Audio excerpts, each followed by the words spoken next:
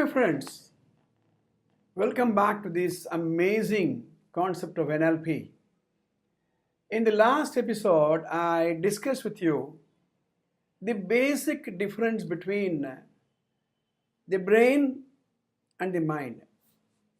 I'm sure you would have pondered over this, and by now you would have kind of understood that the brain is different, the mind is different.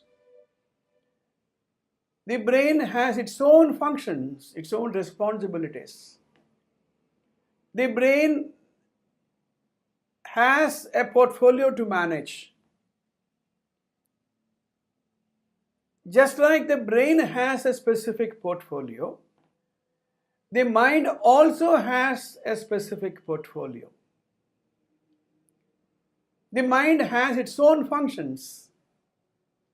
What the brain does, the mind cannot do, and what the mind does, the brain cannot do, but they are interrelated.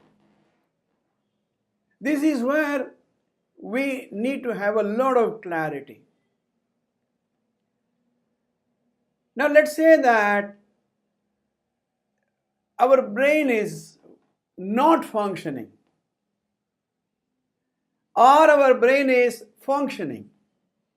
When the brain is functioning, basically what it does, it controls the five senses.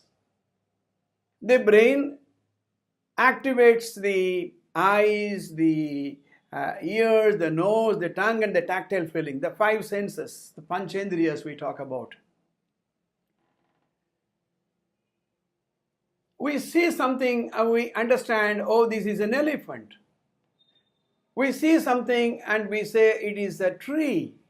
We see something and we say it's an electric bulb. Seeing. Similarly, we smell. We're able to smell this is jasmine flavor. This is this flavor. This is that flavor. Taste buds. Supposing the brain is for some reason not working, either it is sedated or you are sleeping and the brain is taking rest, you cannot see, you cannot hear, you cannot taste, you have no feelings. Have you seen children sleeping and you lift the child when the child is sleeping and take the child all the way to the bedroom? The child will not remember because the brain is sleeping. That means the brain identifies as an object. If the brain has to function, something else should give a command. The mind gives the command. Somebody clap the hand and immediately you turn that side, your mind, your attention is drawn there. Your focus goes there. Your mind tells, oh, there's something interesting taking place. So you start looking at it. If your mind does not give this command, your mind refuses to cooperate, the brain is not going to be useful. I have been heading the personal department of huge organizations.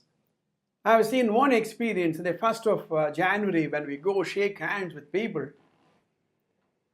Some employees who have some grievance will refuse to shake hands with you, will refuse to have eye contact with you.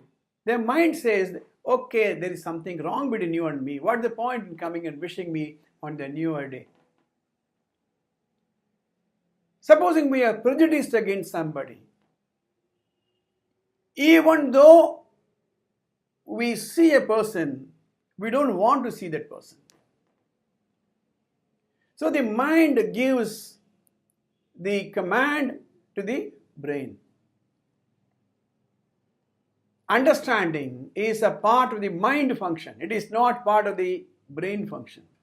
Supposing I speak to you in a language which you are not aware of, which you are not familiar with, your mind is not connecting. We talk about connecting, we talk about rapport, we talk about relationship, we talk about attitude, we talk about feelings.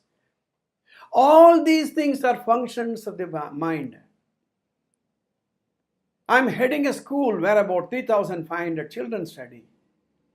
In fact, we are going to discuss many things about NLP and how NLP can be used in education. A student likes a subject, and so the student also likes the teacher who teaches that subject. A student does not like a subject, and so the student does not like the teacher who teaches that subject. These likes and dislikes will certainly affect the functions of the brain. So you cannot talk about NLP without talking about the mind and the brain.